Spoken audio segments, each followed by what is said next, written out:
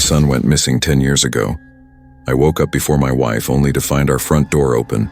I panicked when I checked his bedroom and found he was not there. He was only 5 years old. We searched for many months. We put out hundreds of missing persons posters. A picture of my son Eric on his 5th birthday, wearing a blue and white checkered shirt and a silver pendant around his neck.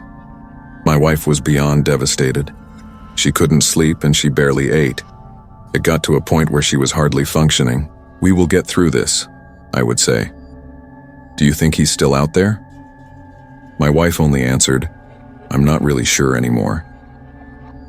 I don't know what hurt the most, the possibility that Eric was alive but forced to endure some unbearably awful situation, or the possibility that he was dead. I didn't like to talk about it. I shut my wife down every time she brought it up. We all grieved in our own way. Somehow the hardship brought us even more closer. While this kind of loss would tear most married couples apart, it only made us stronger. It was the way she was there for me, the way she picked me up when I was down. A few years later, my wife found out she was pregnant a second time. She was nervous, feeling as if she had failed once.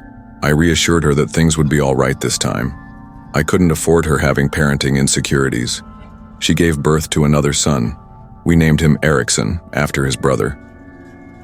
As our son grew up, I noticed there were strange similarities between the two. They looked so much alike that they even had the same birthmarks on their cheeks. When I'd pulled out a few of Eric's old toys, it was like Erickson recognized them. He even gave his brown teddy bear the same names that his brother had. They also liked the same foods and the same cartoons. We felt like we were blessed with a second chance. Erickson was closer to my wife than he was with me. I didn't mind, of course. It gave me more time to focus on my work to provide for them. I was present as a father, but I wasn't really fond of babysitting, as I would call it. To be honest, I think the similarities were too much for me. Maybe it was just too painful. I didn't mind it, though. I know it's very selfish, but I liked the fact that our second son preferred to spend all of his time with my wife. Once I had even offered to take him to the play park, but he refused. He wanted my wife to go instead. Yesterday, something very alarming happened. I took Erickson to the play park. It had a large play structure which he enjoyed, and was surrounded by a few bushes which I enjoyed. I watched as he played the same way Eric did when I used to take him there. He was headed down the slide when a notification on my phone distracted me. I pulled it out and saw it was a text from my wife. She was wondering what we were going to eat for supper. I replied her quickly, then returned my gaze to the play structure.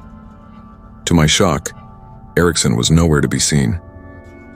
I swear I had only taken my eyes off of him for a few seconds. I frantically began to search for him. After running aimlessly through the bushes while calling his name, I finally found Erickson. He was underneath a tree and was digging up something. I shouted as I rushed to him. He turned to look at me. His hands were covered in dirt, and he looked worried. "What were you thinking coming out here?" I asked, as I grabbed him by the shoulders. "Do you know how much you scared me, huh? You could have gotten yourself hurt, do you understand that? Never run off like that ever again."